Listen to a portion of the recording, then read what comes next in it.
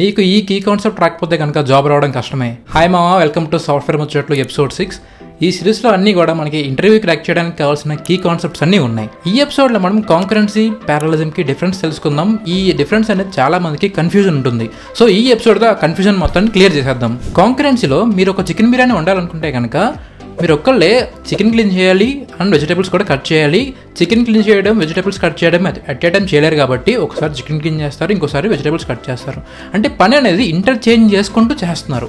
అదే ప్యారలిజంలో మీకు ఇద్దరు అసిస్టెంట్స్ ఉంటారు. ఒక అసిస్టెంట్ ఏమో చికెన్ క్లీన్ చేస్తాడు, ఇంకో అసిస్టెంట్ ఏమో వెజిటేబుల్స్ కట్ చేస్తాడు. అంటే ఇక్కడ రెండు పనులు ఏ పని ఆగట్లేదు. ఒక పని జరుగుతున్నప్పుడు ఇంకో పని కూడా అక్కడ ప్యారల్గా జరుగుతుంది. సో కాంకరెన్సీ అనేది మీరు చూసుకుంటే కనుక అక్కడ మీరు ఇంటర్చేంజ్ చేసుకుంటూ పనిచేస్తున్నారు, ప్యారలిజంలో ప్యారల్గా పనిచేస్తున్నారు.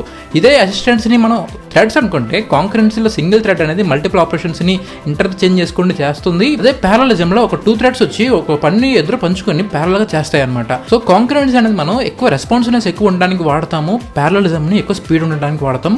కాంకరెన్సీలో ఎగ్జాంపుల్ మనకి ఎసింక్రోనస్ ఆపరేషన్స్, ప్యారలిజంలో multi threading and multi processing అనమాట. మీకు ఇలాంటి కీ కాన్సెప్ట్స్ ఎక్స్ప్లెనేషన్స్తో ఇంకా వీడియోస్ కావాలంటే కనుక ఈ వీడియోని లైక్ చేయండి. అండ్ మీలో ఎంతమంది జాబ్స్కి అప్లై చేస్తున్నారు కింద కామెంట్ సెక్షన్లో ఎస్ అని కామెంట్ చేయండి. ఓకే బాయ్, ఇంకో వీడియోలో కలుద్దాం.